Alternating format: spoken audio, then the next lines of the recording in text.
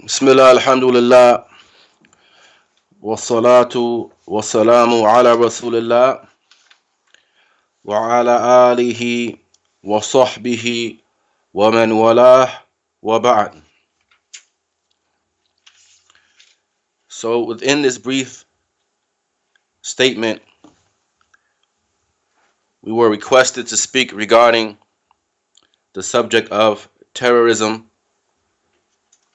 and the Islamic position towards it due to the recent terror attack that took place there in Australia. And as normal, or has become customary when these types of attacks take place, some of the people begin to blame the entirety of the religion of Islam, or they begin to criticize and point fingers of blame at all of the Muslims in general. However, we have a principle within our religion, and that principle states that men are known by way of the truth, and the truth is not known by way of men. That men are known by way of the truth, and the truth is not known by way of men. And what this principle means is that when you have a particular set of people doing actions which they proclaim to be in the name of a particular way of life, religion, or what have you, then as opposed to taking the actions of those men and judging that way of life or that religion by way of their actions, it is proper for you to, if you are a person of justice and equity, to take the teachings of that religion which they claim to be following and judge their actions in light of the teachings of that religion. So we want to look at the position of the religion of Islam to see what is the position of Islam regarding acts of terrorism. Therefore, we can be upon clarity with regard to this issue. And in doing so, we primarily will be looking at the speech of arguably the top scholar, or one of the top scholars of this era, and it is the Mufti of the Kingdom of Saudi Arabia, Sheikh Abdulaziz Al-Sheikh. And he mentioned some very beneficial words regarding to this issue. From that which he said with regards to the meaning of the term terrorism, or al-irhab in the Arabic language, from a legislative standpoint, he said that this term terrorism appeared in recent times, particularly after the incident of 9/11. And the concern with it was at the highest level within the media and government, and a campaign was launched against this affair and against this term. And a war was waged against those who ascribe to it, meaning those who are known as terrorists. However, we see that this campaign has begun to restrict its course bit by bit, and its borders have been narrowed to the point that this term is almost exclusively applied to Islam and the Muslims. Fingers have begun to always point towards them with this accusation, an accusation that is considered in international norms to be from the greatest crimes of this era. However, it is amazing that the understanding of this term until now has not been clearly defined. Rather, the campaign has been launched against it without clearly defining what terrorism is, who a terrorist is, and when one becomes a terrorist. How does a person, a group, a government, or governments become known as terrorists? None of this has been clearly defined internationally. And some have said that the lack of defining it is intentional. At any rate, warfare terminology and launching successive campaigns have been on the highest media, security, and international level without clearly defining it. And this is considered waging war against an unknown enemy. And this causes many problems to occur. So the lack of clearly defining this term terrorism, it brings about a number of ill effects. And from these ill effects is that when you don't clearly define terrorism and who is a terrorist, you will begin to wrongly accuse certain classes of people as being terrorists, while in fact, they are not. As we see in this day and time. The great scholar, he mentioned how this term has begun to be exclusively restricted to Muslims, whereas you may find another individual may do an act that is indicative of terrorism, but if his name is Steve, for example, or his name is Michael or Bob, he will not be called a terrorist. The same action, however, if it is done by Ahmed, or if it is done by Muhammad, or if it is done by Abdul or Abdullah, then the individual becomes known as a terrorist. The second ill effect that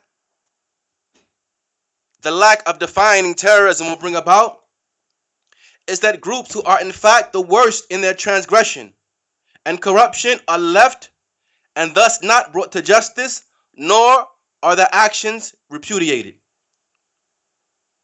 Whereas our religion is a religion of justice. It is a religion of equity. And it does not allow for the transgressions of others to allow us to transgress against them. Whether that be in naming them with names that they are not due, or transgression in the form of actions. Our Lord has mentioned inside of the Quran that which is translated to mean, let not the enmity and hatred of others make you avoid justice. Be just. This is nearer to piety. With regard to the term terrorism, in the Arabic language, the term al-irhab or terrorism, it is derived from the root rahaba, rahaba, meaning to cause fear or to strike fear into someone.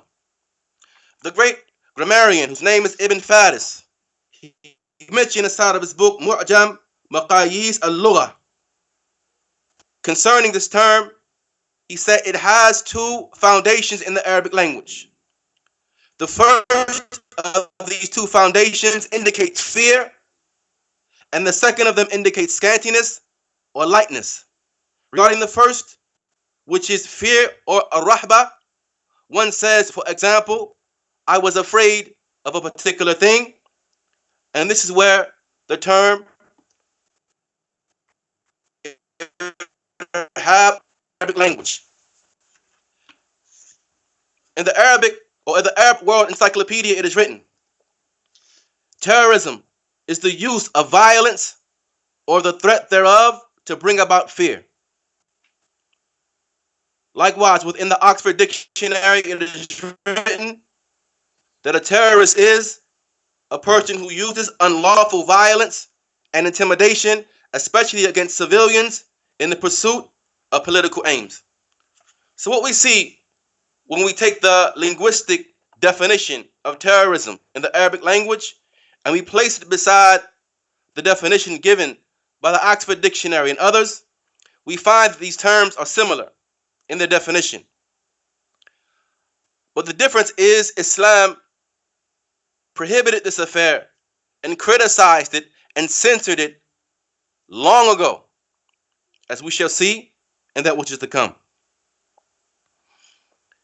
As for when the term terrorism first appeared, According to the Arabic World Encyclopedia, it appeared at the beginning of the French Revolution in the year 1789 through 1799 Christian era, wherein the revolutionists who had taken control of the authority in France utilized violence against their enemies, and they were defined at that time and ruled as being terrorists. After this, operations and groups and terrorist movements began to form. From the most prominent of these terrorist groups that had formed was the group known as the KKK, the Ku Klux Klan in America. This is a group which used terrorism and violence to terrorize blacks and anyone else who sympathized with them. There was another group known as the Red Brigade in Italy. Likewise, the Red Army faction in Germany. Both groups were present in the 1960s, and both groups sought to destroy the political and economic structures in their respective countries in order to bring about a new regime. Likewise, there were Jewish terrorist gangs, well known before the Jews took control of Palestine. From them were the Jewish parliamentary organizations, Hashomer and Haganah, as well as the strike forces known as Palmach and Irgun, as well as gangs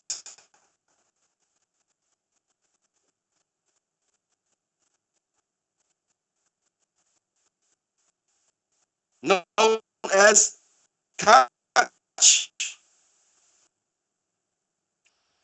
Force and utilizing violence to strike fear into their enemies were Adolf Hitler in Germany. Likewise, Benito Mussolini in Italy, as well as Joseph Stalin in the former Soviet Union. So by way of these brief historic examples, we can understand four matters. We can understand from this four matters. Firstly, that the term terrorism appeared at the end of the 18th century, whereas Islam appeared more than 12 centuries before this. Secondly, the first people known as terrorists, according to historical facts, were in Europe, and they were not Arabs, nor were they Muslims. Thirdly, the history of this term and its gradual usage all show that the terrorists were not Muslims, rather, they were not even Arabs. Fourthly, the existence of groups and individuals known as terrorists in one sense or another, and in all senses, they are reprehensible. However, these groups who ascribe themselves to Islam, they do not represent Islam. And this does not mean that their religion is the cause of terrorism. And this is shown by historical facts that we have mentioned, as well as by way of common sense. As well as common sense. If we were to say, for argument's sake, that Islam is the cause of terrorism, while we know that Islam appeared more than 1400 years ago, then this would mean that the world has been filled with terrorism for 1400 years or more. And this is something which any sensible person will not believe. Any person who has good sense will not believe for 1 second that Islam over 1400 years ago filled the world with terrorism up until this day, yet we are just now finding out what terrorism is. For Islam, over 1400 years ago, as we mentioned, prohibited this affair of violently taking the lives of those who are non-combatants and unjust murder.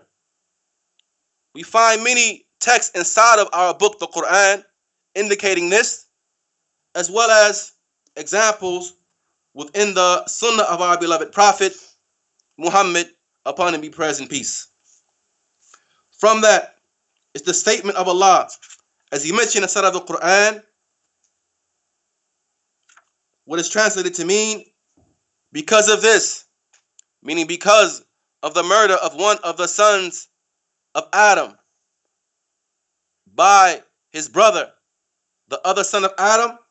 He said, because of this, we ordained for the children of Israel that if anyone killed a person, not in retaliation of murder, or he committed that murder to spread mischief in the land, that it would be as though that person had killed the entirety of mankind. This is the great value that Islam puts upon life, such that lives are not to be taken unjustly, and this affair is not something light. Likewise, it is mentioned in Surah of the Quran regarding the punishment for the crime of terrorism, highway robbery, bombings, explosions, and the likes of this. Allah has said in Surah of the Quran, what is translated to mean, the recompense of those who wage war against Allah and His Messenger and do mischief in the land is only that they should be executed, or that their hands and their feet should be cut off from the opposite sides, or that they should be exiled from the land. That is their disgrace in this world, and a great torment is theirs in the hereafter. This highlights and proves to us how serious this affair is within our religion. That it is not something light. It is not something which Islam condones in any fashion whatsoever.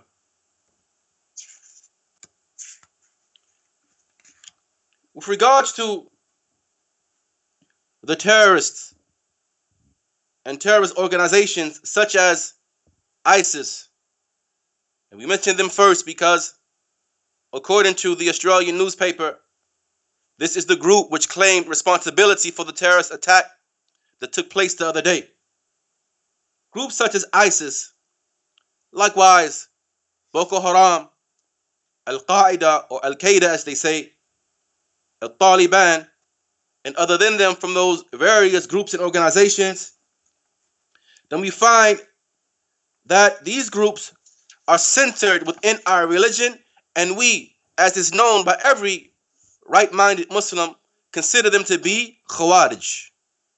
No matter what they call themselves by this name, by that name, and they've had various names throughout history, such as Al-Azariqa, such as Al-Haruriya, and other than that, they are all known as Al-Khawarij.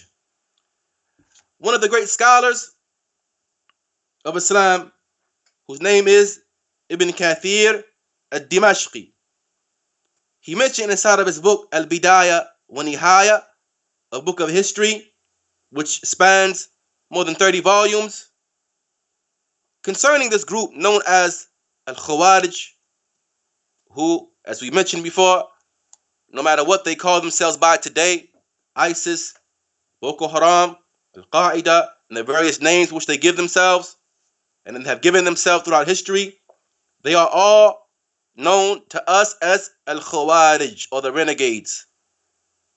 He mentioned concerning this group what will occur if they were to gain strength and prominence within the land. Ibn Kathir, he said that if these people were to gain strength within the land, they would corrupt the entirety of the earth, Iraq and Sham. They would corrupt the entirety of the earth from Iraq to Sham. And they would not leave a child, being a little boy, nor a little girl, nor a man, nor a woman, meaning except that they would kill those people. They would murder in large scores boys, girls, men, and women. He said, because according to them, this group known as the Khawarij, according to them, the people have become so corrupt that nothing will rectify them except mass murder. Ibn Kathir said this statement hundreds of years ago, before CNN knew who they were, before the BBC knew who they were. Ibn Kathir spoke these words hundreds of years ago. It is as if he is speaking about ISIS today, because this is what we see from them. Our Prophet Muhammad, peace and blessings be upon him, referred to this group, the Khawarij, as the dogs of the hellfire. He referred to them as the dogs of the hellfire. As it relates to this, one of his students said concerning them, repeating that which he heard his teacher mention, meaning the Prophet Muhammad mention, that they, meaning the Khawarij, are the dogs of the hellfire. And a man who heard him say this asked him, did you say this? Did you say about these people that they are the dogs of the hellfire? And Abu Umama, the student of the Prophet Muhammad, said in response, the Messenger of Allah, peace and blessings be upon him, said it before me. And so the questioner said, did you hear him say it? Abu Umama responded, by Allah, I swear by Allah, I would never be so bold as to lie upon the Prophet Muhammad. Indeed, I have heard it, I have heard it, I have heard it. And then he turned to the youth and said, they are abundant within your lands. So this is the position of Islam regarding the likes of these groups. Of old, likewise of latter times. One of the great scholars of this era, his name is Sheikh Sulaiman al-Ruhaili, who was a teacher in the city of Al-Madinah, in the mosque of the Prophet Muhammad, sallallahu alaihi wasallam, peace and blessings be upon him, said, it is not permissible for a Muslim to love ISIS. Not permissible for a Muslim to have love within his heart for this group, ISIS. Likewise, another great scholar of this day and time, whose name is Sheikh Abdul Muhsin al-Abbad, likewise a teacher in the Prophet's Mosque in Medina, as well as a teacher in the Islamic University of Al-Madinah. He said concerning those people who had pledged allegiance to al-Baghdadi, this false Khalifa who ISIS propped up as their figurehead and leader, this great scholar said concerning all of those Muslims who had pledged allegiance to this individual, al-Baghdadi, he said those who pledged their allegiance to al-Baghdadi have pledged their allegiance to a devil. To a devil. And we can go on and on mentioning the statements of our scholars, but we will suffice with this. With regards to the remedy for terrorism, we will conclude at this point. And this is likewise what we advise the Muslims with there in Australia and other places. Concerning the words of the great scholar Abdul Aziz al-Sheikh, the Mufti of the Kingdom of Saudi Arabia, he said that the remedy for terrorism can possibly be found in several affairs. From them, firstly, is serious work in spreading and implementing the teachings of Islam. We have to teach and educate the people regarding what Islam is. The Muslims as well as the non-Muslims, our neighbors, our non-Muslim family members and the likes. We have to teach and educate the people. He said this is done by way of a simplified presentation of Islam's teachings and its policies in the field of politics, the military, economics, society, and other than this.